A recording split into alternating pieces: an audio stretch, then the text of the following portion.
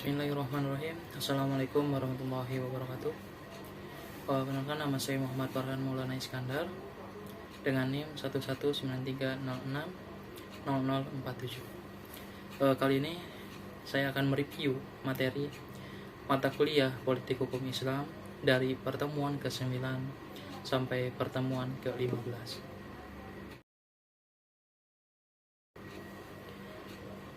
Untuk pertemuan ke-9 pada Politik Hukum Islam Orde Lama, politik hukum Islam pada masa kemerdekaan tahun 1945, hukum Islam menuntut akan adanya pihak yang sangat berwenang dalam legalisasi, yang mana pihak tersebut juga benar-benar bertujuan untuk mengelakkan hukum Islam secara menyeluruh yang ada di Indonesia. Politik hukum Islam pada masa kemerdekaan, periode revolusi hingga keluarnya dekret presiden pada tanggal 5 Juli tahun 1950, ketidakjelasan posisi masih ditemukan baik dalam mukadimah maupun batang tubuh Undang-Undang Dasar sementara tahun 1950. Kecuali pada pasal 34 yang rumusannya sama dengan pasal 29 Undang-Undang Dasar tahun 1945, bahwa Presiden berdasar ketuhanan yang Maha Esa dan jaminan negara terhadap kebebasan setiap penduduk menjalankan agama masing-masing. Politik hukum Islam di era Orde Lama dan irisan Orde Baru. Meskipun hukum Islam salah satu kenyataan umum yang selama ini hidup di Indonesia, dan atas dasar itu TAP MPRS membuka peluang untuk memposisikan hukum Islam sebagaimana mestinya. Namun, lagi-lagi ketidakjelasan batasan perhatian itu membuat hal ini semakin kabur, dan peran hukum Islam di era ini pun kembali tidak mendapatkan tempat yang semestinya di Indonesia. Selanjutnya, pertemuan ke-10, Politik Hukum Islam era Orde Baru. Politik hukum Islam yaitu kebijakan dasar penyelenggaraan negara dalam bidang hukum yang akan, sedang, dan telah berlaku, yang bersumber dari nilai-nilai berlaku dalam masyarakat untuk mencapai tujuan negara yang dicita-citakan. Hukum Islam adalah suatu sistem hukum di dunia yang sumber utamanya yaitu wahyu Allah, sehingga mempunyai konsekuensi atau pertanggungjawaban di akhirat maupun kelak. Pada masa Orde Baru, pembaharuan hukum keluarga Islam di Indonesia mengalami perkembangan yang agak signifikan. Keberpihakan Orde Baru terhadap pembaharuan hukum keluarga Indonesia, hukum keluarga Islam, ditujukan dengan munculnya unifikasi hukum Undang-Undang Nomor 1 Tahun 1974 tentang perkawinan. Selanjutnya, pembaharuan hukum keluarga Islam berlanjut dengan kemunculan Infres Nomor 1 Tahun 1991 tentang penyebarluasan kompilasi hukum Islam. Kompilasi hukum Islam merupakan sebuah produk pembaharuan hukum keluarga Islam yang syarat bermuatan fikih, dan ini menguntungkan masyarakat Muslim di Indonesia. Akan tetapi komplikasi hukum Islam masih sebatas menjadi strategi Soeharto dalam menjaga kestabilan perpolitikan nasional, karena pada masa Orde Baru masih setengah hati dan menyerap aspirasi masyarakat Muslim dan pembaharuan hukum keluarga Islam di Indonesia. Selanjutnya yaitu pertemuan ke-11, Sejarah Politik Hukum Islam era Reformasi. Pada tanggal 21 Mei 1998, Presiden Soeharto mengundurkan diri dari jabatannya sesuai dengan pasal 8 Undang-Undang Dasar 1945 dan ketetapan MPRS ke-7 garis miring 1973. Presiden menyerahkan kepemimpinan negara kepada wakil presidennya, yaitu Baharudin Yusuf Habibie atau yang disebut dengan B.J. Habibie. Hingga akhirnya pada tahun 2004 muncul Counter Legal Draft yang dilaunchingkan pada bulan Oktober oleh Pak Jo Pangurus Taman, Jenderal Departemen Agama Republik Indonesia. Perkembangan politik hukum Islam era reformasi.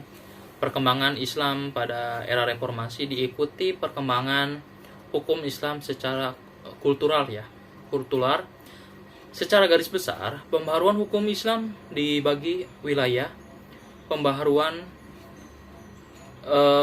wilayah Indonesia dapat dibedakan dalam dua kelompok, yaitu penegakan sepenuhnya dan penegakan sebagian. Penegakan hukum Islam sepenuhnya dapat dilihat di Provinsi Nangro Aceh Darussalam. Selanjutnya, pertemuan ke-12, politik hukum Islam di Indonesia pasca reformasi. Hukum di Indonesia pra-reformasi. Pada awalnya, pemuka-pemuka nasional mencoba membangun hukum Indonesia dengan mencoba melepaskan dari ide-ide hukum kolonial, akan tetapi dalam kenyataannya berakhir dengan pengakuan bahwa proses realisasi ternyata tidak sesederhana model-model strateginya dalam doktrin. Peran politik hukum di Indonesia pasca reformasi. Penghapusan TAP MPRS seperti yang telah disinggung sebagai salah satu bentuk peraturan perundang-undangan di Indonesia merupakan akibat dari perubahan atau amandemen atas Undang-Undang tahun 1945. Selanjutnya, pertemuan ke-13, politik hukum Islam bidang perkawinan Bidang perkawinan. Hukum Islam mengenal perkawinan sudah ada sejak lama, sejak zaman kerajaan Islam, yaitu sekitar abad ke-15 sampai ke-16. Pada zaman ini diperkirakan sudah diberlakukan hukum Islam dengan menganut mazhab Imam Syafi'i. Kemudian pada masa penjajahan yang bermula pada tahun 1937, di mana pemerintahan Hindia Belanda menyusun rencana pendahuluan ordonasi perkawinan tercatat. Dalam perjanjian, suatu perkawinan telah sejak semula ditentukan oleh hukum pada pasal 6 Undang-Undang Nomor 1 Tahun 1974 ayat 2 yang menyatakan perkawinan harus didasarkan atas persetujuan kedua calon mempelai atau kedua belah pihak. Oleh karena itu, pihak pria dan pihak wanita tidak bisa menyimpang dari ketentuan-ketentuan dan akibat-akibat yang timbul dari suatu perkawinan.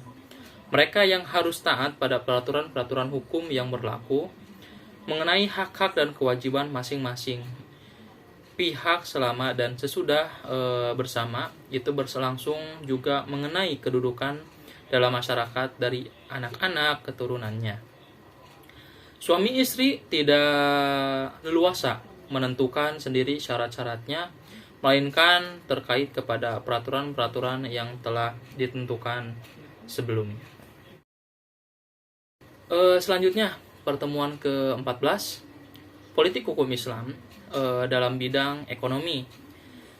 Perkembangan politik hukum Islam dalam bidang ekonomi. Perkembangan ekonomi Islam yang begitu pesat di Indonesia menuntut kebutuhan terhadap instrumen hukum yang mendukung. Dari sinilah asal mula muncul istilah hukum ekonomi Islam. Dalam kaitan dengan ekonomi Islam, maka hukum ekonomi Islam pada satu sisi memiliki corak yang sama dengan hukum bisnis atau hukum dagang. Namun pada sisi lain Akibat prinsip ekonomi Islam yang didasarkan pada sumber-sumber dari Al-Quran dan hadis, maka hukum ekonomi Islam juga memiliki corak yang menunjukkan nilai-nilai Islam terhadapnya. Selanjutnya, pertemuan ke-15. Politik hukum Islam, bidang pengelolaan zakat.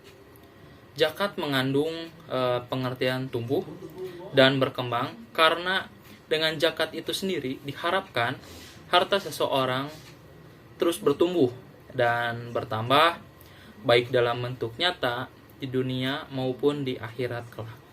Pengelolaan zakat bertujuan meningkatkan efektivitas dan efisiensi pelayanan dalam pengelolaan zakat dan meningkatkan manfaat zakat untuk mewujudkan kesejahteraan masyarakat dan penanggulangan kemiskinan.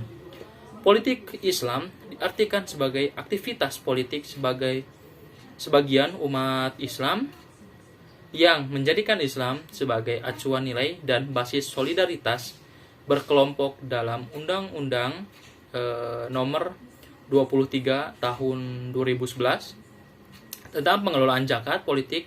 Hukum Islam sangat berperan dan pengelolaan zakat nasional sepenuhnya dipegang oleh pemerintah melalui Baznas yang melaksanakan seluruh aspek pengelolaan zakat nasional melalui fungsi regulator, menyelenggarakan fungsi perencana, pengandalian, pelaporan dan penanggung-jawaban dari aktivitas pengelolaan zakat nasional, maupun fungsi operator, penyelenggaraan fungsi pelaksanaan dari aktivitas pengelolaan zakat nasional. Sudah selesai review materi dari pertemuan ke-9 sampai pertemuan ke-15. Kurang lebihnya mohon maaf. Saya cukupkan. Wabillahi taufiq wal hidayah. Wassalamualaikum warahmatullahi wabarakatuh.